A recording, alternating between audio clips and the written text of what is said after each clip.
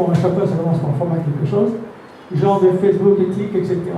Ils essayent de pouvoir répondre aux gens en étant libres, c'est-à-dire de pas l'information que vous avez sur leur site ne va pas ailleurs. Ça reste, c'est suivant votre top secret, peut-être un grand terme, mais ça reste personnel. Mais bon, ils sont encore petits. Mais où petit à petit ça commence. Alors, ils ont fait un bond lorsqu'il y a eu l'affaire Snowden. C'est-à-dire, en fin de compte, les gens sont aperçus qu'ils étaient épiés, donc ils sont allés. Mais bon, ça fait un bond quelques millions en plus, ça va pas tout le temps. Et un concurrent de Google, un moteur de recherche compte, il manque un petit tout, c'est un français, c'est un moteur de recherche français qui est en pleine expansion et qui commence à faire une certaine place. Bon, on est pas loin de Google, c'est sûr, mais autour d'à peu près 70 millions de personnes dessus. C'est quand même un bon début pour l'Europe. Et les Chinois? Ah oui! Et ils commencent à être forts, très forts.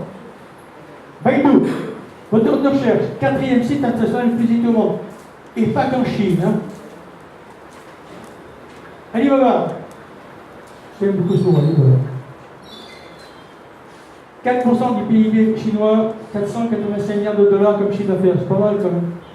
Hein. Alibaba, vous pouvez l'avoir en France, vous pouvez l'avoir ici aussi, hein, c'est quelque chose qui est encore partout. Il a pas mal envahi l'Amérique du Sud aussi en même temps. Hein. Et donc, c'est un concurrent dangereux pour Amazon, de plus en plus. Ils peuvent envoyer en 24 heures 700 millions de colis. C'est loin de la Redoute. Hein. La Redoute, c'était bon, de toute façon. Tencent. C'est le WhatsApp plus la BlackBerry exactement, 700 millions d'utilisateurs, bon, moins important, je dirais, en cours. Et Tianhuami, c'est le Apple chinois. Et ils ont fait un site qui est absolument monstrueux et qui marche très très bien. Alors, en Chine, c'est évidemment, mais qui commence en Europe et aussi en Amérique du Sud. Donc voilà. Et maintenant, quelques positions à prendre. Alors, des choses évidentes. J'ai mis des choses évidentes, rien de spécial là. Pas mettre ses comptes dans son mobile. Même avec des codes, des mots de passe, trucs comme ça, éviter, parce que j'ai fait une expérience il n'y a pas très longtemps, l'année dernière, avec un ordinateur, ici.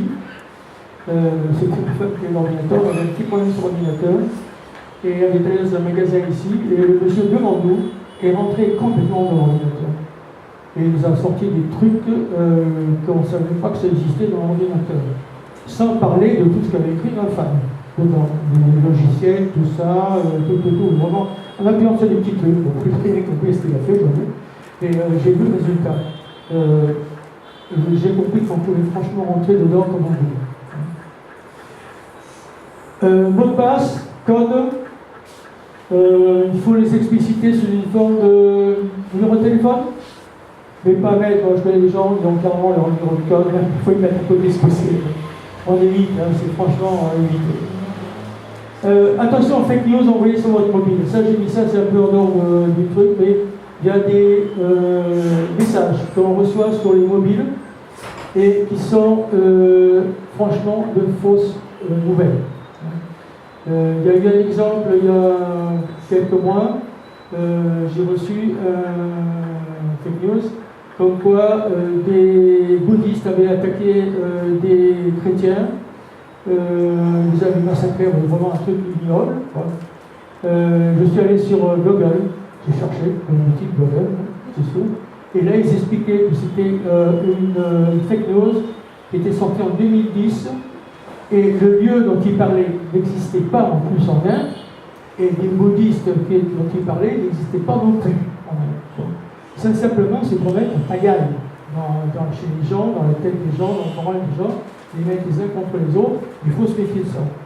Il y a eu encore dernièrement quelque chose, soi-disant du gouvernement, qui disait que WhatsApp, entre autres, il fallait se méfier parce que le gouvernement allait utiliser WhatsApp pour pouvoir faire ce qu'il voulait. Non, pas du tout. Ce sont des fausses nouvelles, il faut se méfier de ça. Donc, pas écrire n'importe quoi dans Facebook. Une photo, on n'évite pas de 3 mètres. Bon, photo sur 3 mètres, mais pas celles qui peuvent montrer l'activité. Parce qu'il y a le fisc qui est derrière. En aide aussi, pour ceux qui disent là, attention.